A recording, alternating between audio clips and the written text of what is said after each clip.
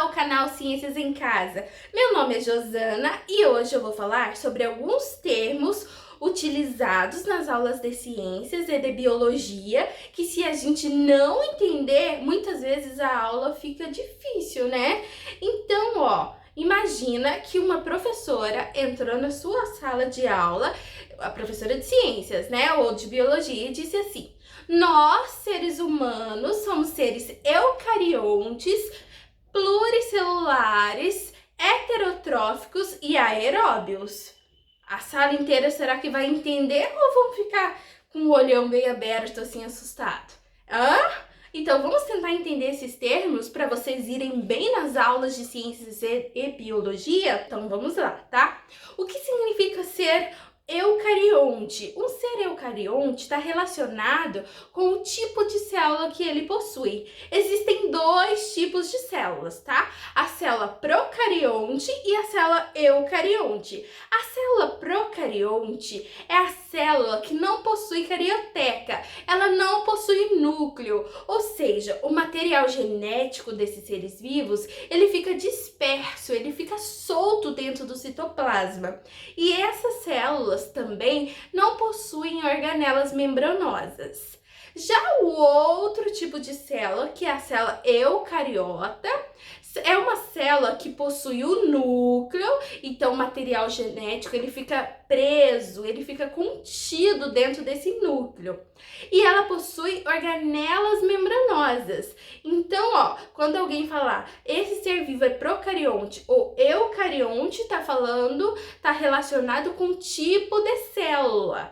E os seres vivos que possuem a célula procarionte são, as bactérias, as arqueias e as cianobactérias. Os outros seres vivos todos possuem a célula eucarionte, que são os animais, as plantas, os fungos e os protistas. Certo até aí? Então vamos para o segundo termo.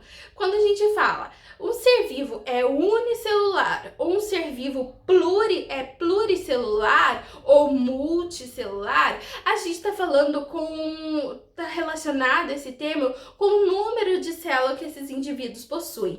Um ser vivo unicelular é um ser vivo que possui somente uma única célula. As bactérias são exemplos de seres vivos que possuem somente uma célula. A levedura, aquele fungo que a gente usa para fazer pão, é um ser vivo unicelular. Já o pluricelular, ou a gente pode falar multicelular, são seres vivos que possuem mais de uma célula. Nós, seres humanos, possuímos várias células, muitas células. Células que possuem diferentes tamanhos, formatos e funções. Vamos agora para o terceiro termo. O terceiro termo é quando a gente fala que um ser vivo é autotrófico ou ele é heterotrófico. Isso está relacionado com a nutrição desse ser vivo.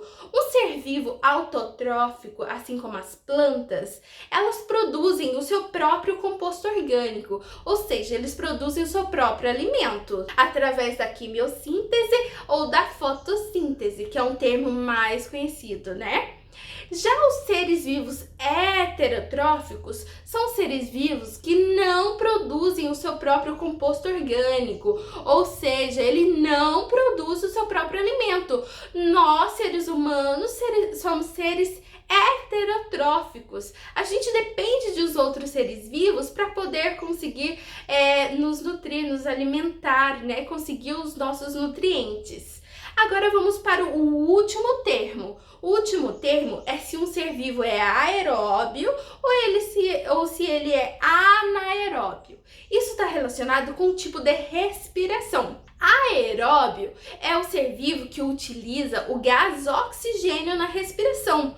Nós, seres humanos, utilizamos o gás oxigênio. Então, nós somos seres aeróbios. A gente, respira o gás oxigênio e quando a gente solta o ar, a gente elimina o gás carbônico. Existem outros seres vivos que são anaeróbios. A anaeróbia é que não utiliza moléculas de gás oxigênio na respiração. O fungo que a gente usa para fazer pão, a levedura, ela também é um ser vivo anaeróbio. Ele faz a fermentação. Então, ó, aeróbio utiliza gás oxigênio, anaeróbio não utiliza gás oxigênio. Entenderam até aí? Então vamos voltar àquela frase inicial que eu disse. Nós, seres humanos, somos seres eucariontes, pluricelulares, heterotróficos e aeróbios. Então eu quis dizer o que com essa frase? Eu quis dizer que nós, seres humanos, possuímos uma célula eucarionte, que é aquele tipo de célula que possui um núcleo, onde um material genético fica restrito dentro desse núcleo, e as nossas células possuem organelas membranosas. Nós somos pluricelulares, isso significa que nós somos constituídos de vários tipos de células, e essas células são diferentes, elas possuem formatos diferentes, tamanhos diferentes e funções diferentes, tá? E nós também somos seres heterotróficos, ou seja, a gente não produz o nosso próprio alimento. Nós precisamos de outros seres vivos para conseguir o nosso composto orgânico. Nós não ficamos lá no sol fazendo fotossíntese, né? E a última, nós somos seres aeróbios. Isso significa que nós, seres humanos, utilizamos o gás oxigênio na respiração. Certo? Ficou mais fácil entender esses termos? Então agora, quando seu professor, sua professora falar esses termos na aula de ciências ou de biologia, você não vai ficar muito confuso, né? Então tá, qualquer coisa é só perguntar aqui, tá bem? Um beijo, até o próximo, tchau!